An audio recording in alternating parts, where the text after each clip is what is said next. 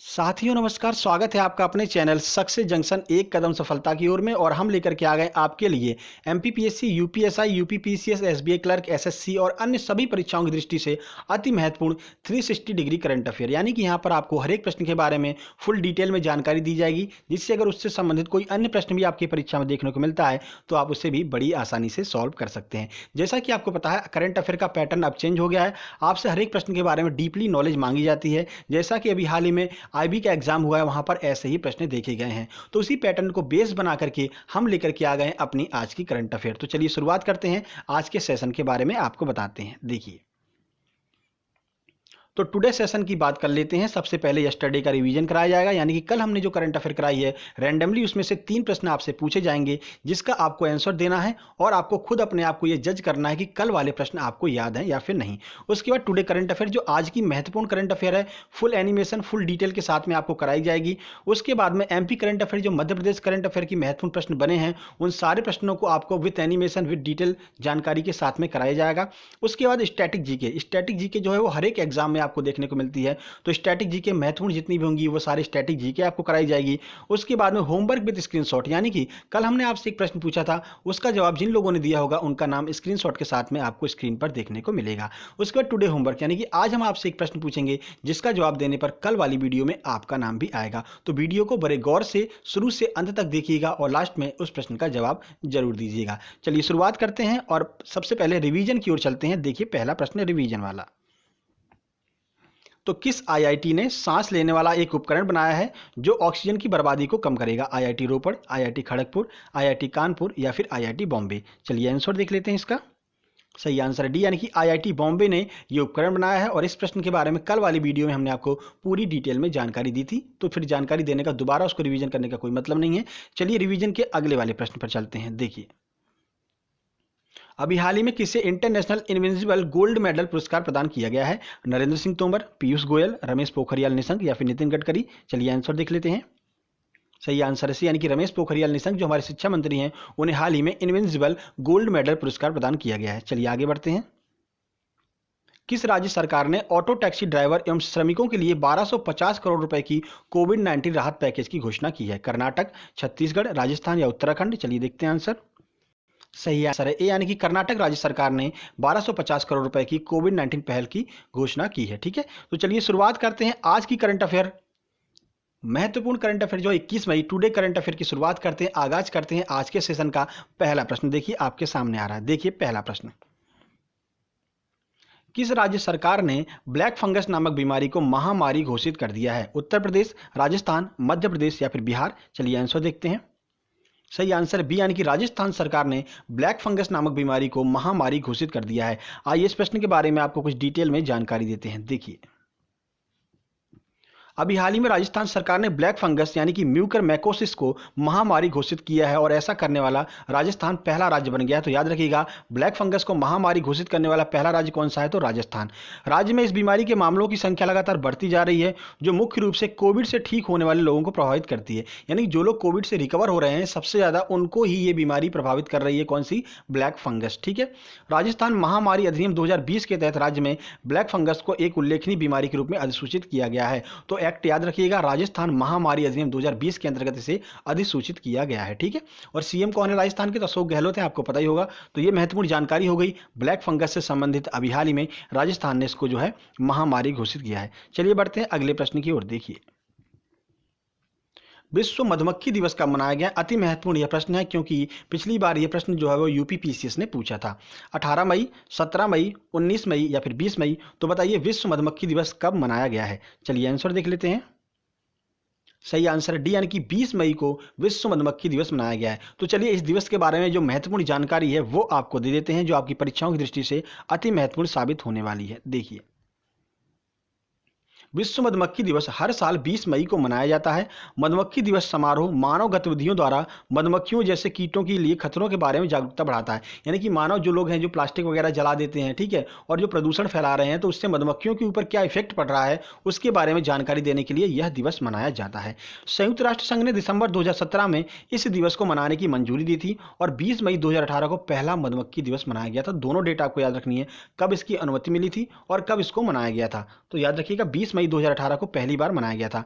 वर्ष 2021 की थीम क्या है? तो be engaged build back better for beach जो है वो इस वर्ष की थीम है। ठीक है, चलिए आगे बढ़ते हैं, अगले प्रश्न की ओर चलते हैं। देखिए, अभी हाल ही में किस जगह से सरीसृप क्विंक की एक नई प्रजाति की खोज की गई है? अरब सागर, पश्चिमी घाट, सुंदरवन डेल्टा या फिर पूर्वी घाट? तो सरीसृप की एक जो नई प्रजाति है सिंक, इसकी खोज कहां पर की गई है? चलिए आंसर देख लेते हैं। सही आंसर है बी, यानी कि पश्चिमी घाट पर जो है इस सरीसृप की नई प्रजाति की खोज की गई है और ये बहुत खतरनाक सरीसृप है। चलिए इसके बारे में कुछ जानकारी आपको देते हैं। देखिए, तो भारतीय विज्ञान संस्थान बेंगलुरु के सदस्यों ने एशियन ग्रेसाइल स्किंक की नई प्रजाति की खोज की है। नीलगिरी के नाम पर इस सरीसृप प्रजाति का नाम सबडालुसेप नीलगिरियंस रखा गया है। तो ये नीलगिरी की पहाड़ियों में पाया जाता है, पश्चिमी घाट की नीलगिरी की पहाड़ियों में, उन्हीं के नाम पर जो है इसका नाम भी रखा गया है। आनुवांशिक अध्ययनों के आधार पर यह लगभग 7 सेंटीमीटर पतला होता है और रेतीले भूरे रंग का होता है। तो बहुत ही खतरनाक प्रजाति है। वर्तमान में ये जो है असुरक्षित श्रेणी में आता है। अगर एक बार काट ले तो गेम ओवर ही है, यही समझिएगा। ठीक है, तो बस आपको ये रखना है कि इसका नाम क्या है। तो नाम याद रखिएगा, क्या नाम है इसका? सबडालुसेप नीलगिरियंस जो है वो इसका नाम है। आपकी परीक्षाओं में पूछा जा सकता है, जब परीक्षा को कठिन बनाया जाता है तो कुछ ऐसे ही प्रश्नों को लेकर के आया जाता है जो नई प्रजातियों की जिनकी खोज की गई है। ठीक है, चलिए आगे बढ़ते हैं, अगले प्रश्न की ओर चलते हैं। देखिए, अभी हाल ही में आए चक्रवात तुकाते के बाद एक और तूफान यास की चेतावनी दी गई है। यह कब तक भारत आएगा? 25 मई 2021, 28 मई 2021, 22 मई 2021 या फिर इनमें से कोई नहीं? सही आंसर देख लेते हैं इसका। तो इसका सही आंसर है ए, यानी कि 25 मई 2021 को यास तूफान आने वाला है। भाई आप लोग समझ जाइए, अभी एक तूफान तुकाते खत्म भी नहीं हुआ था कि यास तूफान यहाँ पर आने वाला है। चलिए इस प्रश्न के बारे में आपको पूरी जानकारी देते हैं कि इस तूफान का नाम कौन से देश ने रखा है, कहाँ पर ये उत्पन्न हो रहा है, क्योंकि सारी जानकारी आपके लिए महत्वपूर्ण है। आइए देखते हैं।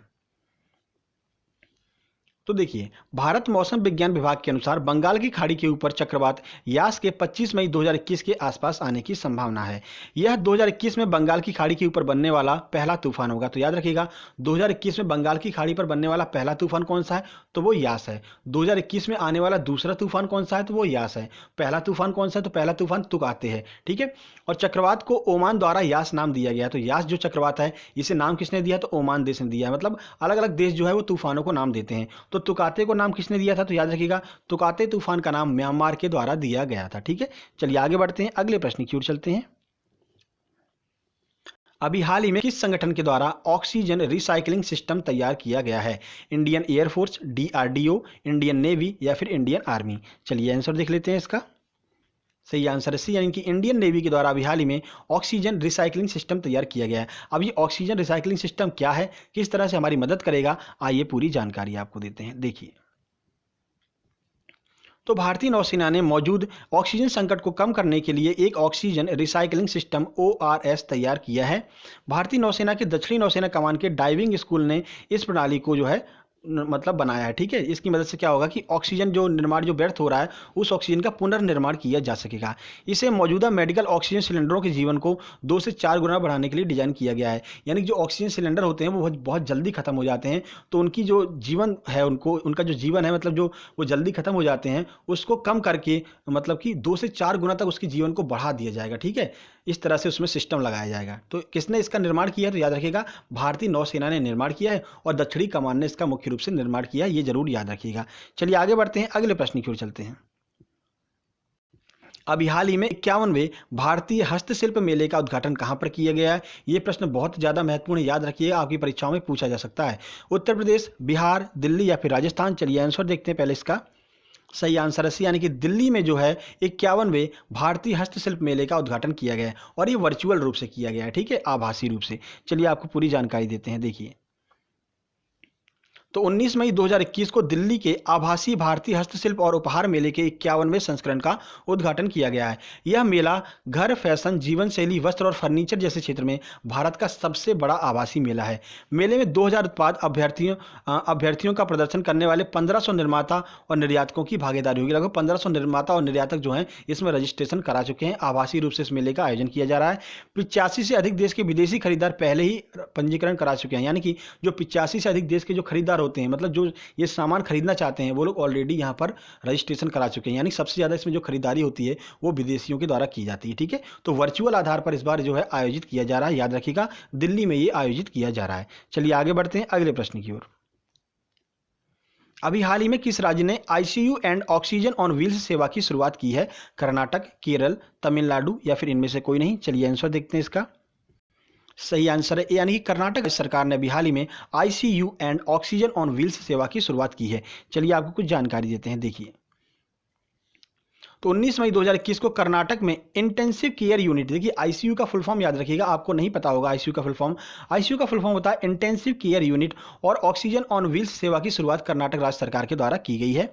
इस सेवा से उन ग्रामीण क्षेत्रों में पहुंच बनाई जाएगी जहां चिकित्सा देखभाल की सुविधाओं की कमी है। ठीक है, पब्लिक प्राइवेट पार्टनरशिप के तहत सभी जिलों के आईसीयू और ऑक्सीजन बसें उपलब्ध कराई जाएंगी। सभी जिलों को जो है आईसीयू और जो है ऑक्सीजन बसें जो हैं वो उपलब्ध कराई जाएंगी कर्नाटक राज्य सरकार के द्वारा। ठीक है, ऐसी सभी बसों में ऑक्सीजन, बीपी, ईसीजी, तापमान पढ़ने की सुविधा के साथ में 5 बिस्तर भी मौजूद होंगे प्रत्येक बस के अंदर। तो याद रखिएगा ऐसी सेवा कहां पर शुरू की गई है? तो कर्नाटक राज्य सरकार के द्वारा शुरू की गई है। और ऑक्सीजन ऑन व्हील्स सेवा जो है वो इससे पहले किससे कहां शुरू की गई थी? तो महाराष्ट्र में इससे पहले शुरू की गई थी। ठीक है, चलिए आगे बढ़ते हैं। तो यहां से अब आपका स्टार्ट होने वाला 21 मई मध्य प्रदेश करंट अफेयर के महत्वपूर्ण प्रश्न। तो चलिए शुरुआत करते हैं। एमपी करंट अफेयर का पहला प्रश्न आपके सामने आ रहा है, देखिए। अभी हाल ही में मध्य प्रदेश के किस क्षेत्र को यूनेस्को की वर्ल्ड हेरिटेज की संभावितों की सूची में शामिल किया गया है? भेड़ाघाट, सतपुड़ा टाइगर रिजर्व, कान्हा किसली या फिर ए और बी दोनों? चलिए आंसर देख लेते हैं। सही आंसर इसका डी यानी कि ए और बी दोनों। भेड़ाघाट और सतपुड़ा टाइगर रिजर्व को जो है अभी हाल ही में यूनेस्को की वर्ल्ड हेरिटेज की संभावितों की सूची में शामिल किया गया। ये दोनों आपको यहाँ पर पिक्चर भी दिखाई दे रही होगी। चलिए इस प्रश्न के बारे में कुछ जानकारी आपको दे देते हैं। तो अभी हाल ही में मध्य प्रदेश के 2 पर्यटन क्षेत्र भेड़ाघाट और सतपुड़ा टाइगर रिजर्व को यूनेस्को वर्ल्ड हेरिटेज की संभावितों की सूची में शामिल किया गया है। इस सूची में भारत के 6 पर्यटन केंद्रों को शामिल किया गया है, जिसमें से 2 मध्य प्रदेश से ही हैं। ठीक है, तो भारत के टोटल 6 लोगों को शामिल किया गया है, जिसमें से 2 तो भाई अपने मध्य प्रदेश के ही हैं। भेड़ाघाट और लमेटा घाट जबलपुर में स्थित है, जबकि सतपुड़ा टाइगर रिजर्व होशंगाबाद में स्थित है। और सतपुड़ा टाइगर रिजर्व की स्थापना कब की गई थी? तो याद रखिएगा 1981 में सतपुड़ा टाइगर रिजर्व की स्थापना की गई थी, जो होशंगाबाद जिले में स्थित है। चलिए आगे बढ़ते हैं अगले प्रश्न की ओर। तो कृषि विकास मंत्री कमल पटेल जी के द्वारा रक्त संग्रहण वैन का लोकार्पण कहां पर किया गया है? देवास, हरदा, नीमच या फिर रीवा? चलिए आंसर देख लेते हैं। सही आंसर है बी यानी कि हरदा जिले में कृषि विकास मंत्री कमल पटेल जी के द्वारा रक्त संग्रहण वैन का यहां पर लोकार्पण किया गया है। चलिए पूरी जानकारी आपको देते हैं, देखिए। तो मध्य प्रदेश किसान कल्याण एवं कृषि विकास मंत्री श्री कमल पटेल ने गत दिवस हरदा जिले की पहली रक्त एवं परिवहन वैन का जो है लोकार्पण किया है। श्री पटेल ने कहा कि रक्त संग्रहण वैन से जिले में आयोजित रक्तदान शिविरों से आसानी से रक्त संग्रहण किया जा सकेगा। उनका मानना है कि ग्रामीण क्षेत्र के अनेक युवा रक्तदान करने के इच्छुक तो होते हैं, किंतु समय अभाव और शहर आने की बाध्यता के कारण वे रक्तदान नहीं कर पाते हैं। अब युवा संग्रहण बैंक के माध्यम से रक्तदान में अपना सहयोग कर सकेंगे। ठीक है, तो याद रखिएगा जो संग्रहण बैंक है जो एक तरफ से वैन कह सकते हैं, रक्त संग्रहण वैन, वो कहां पर शुरू की गई है? तो मध्य प्रदेश के हरदा जिले में इसकी शुरुआत की गई है। चलिए आगे बढ़ते हैं। तो मध्य प्रदेश से संबंधित प्रसिद्ध कवि एवं लेखक सुमित्रा नंदन पंत जी की जयंती कब मनाई गई?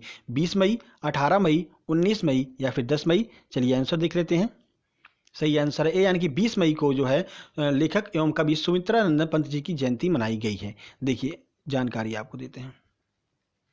तो अभी हाल ही में 20 मई 2021 को प्रसिद्ध छायावादी कवि सुमित्रा नंदन पंत जी की पुण्यतिथि मनाई गई है। ठीक है, जयंती कह सकते, जयंती यहाँ पर मनाई गई है।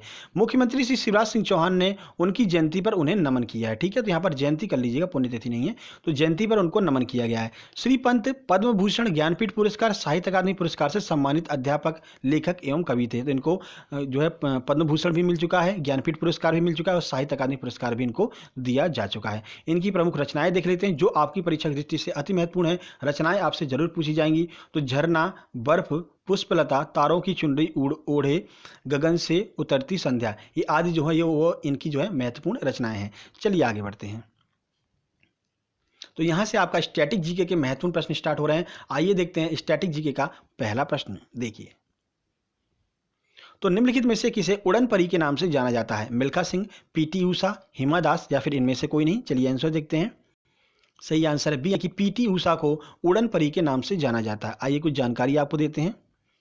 तो पीटी ऊषा को उनके खेल में बेहतरीन प्रदर्शन की वजह से उड़न परी, पायोली एक्सप्रेस या फिर स्प्रिंट क्वीन भी कहा जाता है। तीनों नाम आपको याद रखना है, कोई भी नाम आपसे पूछा जा सकता है। उड़न परी, पायोली एक्सप्रेस और स्प्रिंट क्वीन। ठीक है, ये तीनों जो है पीटी ऊषा के ही नाम है। चलिए आगे बढ़ते हैं। तो निम्नलिखित में से किसे नाइटिंगेल ऑफ इंडिया कहा जाता है? इंदिरा गांधी, सरोजिनी नायडू, सुचेता कृपलानी या फिर मीरा कुमार? आइए आंसर देखते हैं। सही आंसर बी यानी कि सरोजिनी नायडू को नाइटिंगेल ऑफ इंडिया कहा जाता है। देखिए, तो सरोजिनी नायडू को नाइटिंगेल ऑफ इंडिया भी कहा जाता है। ये उत्तर प्रदेश के प्रथम राज्यपाल थी और भारत की भी पहली महिला राज्यपाल थी। तो दोनों आपको याद रखना है, उत्तर प्रदेश की पहली महिला राज्यपाल और भारत की पहली महिला राज्यपाल कौन है? तो वो सरोजिनी नायडू है। ठीक है, चलिए आगे बढ़ते हैं। तो कल के प्रश्न की बात कर लेते हैं। कल के प्रश्न का सही आंसर है महाराष्ट्र। तो आइए देखते हैं, हमने कल आपसे प्रश्न पूछा था कि लोनार झील कहाँ पर स्थित है? तो महाराष्ट्र में स्थित है। देखिए किस किसने जानकारी दी है यहाँ पर। सोनम ठाकुर ने बिल्कुल सही बताया, सचिन पारासर ने बिल्कुल सही बताया कि बुल्ढाना महाराष्ट्र में है। देव सर्मा ने पूरी जानकारी यहाँ पर दी है। पूजा दांगी ने बहुत सही बताया, अवंतिका शुक्ला ने सही बताया है, साक्षी द्विवेदी ने पूरी सही जानकारी दी है, जितेंद्र भारद्वाज ने काफ़ी अच्छी जानकारी दी है, शैलेंद्र चौधरी ने बहुत अच्छी जानकारी दी है और हरीश बाबू ने बहुत अच्छी जानकारी दी है। आप लोगों को बहुत बहुत धन्यवाद। आप सब लोग एक दूसरे का कमेंट जरूर पढ़ लिया कीजिएगा, क्योंकि हर कोई जो है वो अपने बारे में एक यूनिक होता है और अलग अलग जानकारी देता है। तो यहाँ से आपका जो ज्ञान है वो एक दूसरे पर जो है ट्रांसफर भी हो जाएगा। ठीक है, तो चलिए आज के प्रश्न की बात कर लेते हैं कि आज कौन सा प्रश्न आपके सामने आने वाला है। आइए देखते हैं। तो आज का प्रश्न है, भारत का नेपोलियन किस शासक को कहा जाता है? बहुत महत्वपूर्ण प्रश्न है, कई बार परीक्षाओं में आपने देखा भी होगा। तो भारत का नेपोलियन किस शासक को कहा जाता है, यह आज का प्रश्न है।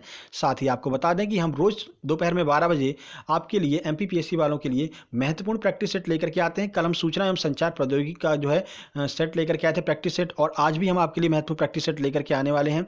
और ये कंप्यूटर ज्ञान का भी प्रैक्टिस सेट हम ऑलरेडी लेकर के आ चुके हैं। तो आज 12:30 बजे महत्वपूर्ण प्रैक्टिस सेट आने वाला है एमपीपीएससी की दृष्टि से। देखिए, एग्जाम को अपन को गौर नहीं करना है, एग्जाम जब होगा तब होगा, लेकिन अपनी तैयारी कमजोर नहीं होनी चाहिए। ठीक है, तो तैयारी करते रहिए और आगे बढ़ते रहिए। जल्दी मिलते हैं दोपहर में 12:30 बजे। ये वीडियो पसंद आई, वीडियो को लाइक कर दीजिए, दोस्तों के पास शेयर करके चैनल को सब्सक्राइब जरूर कर लीजिएगा। नमस्कार।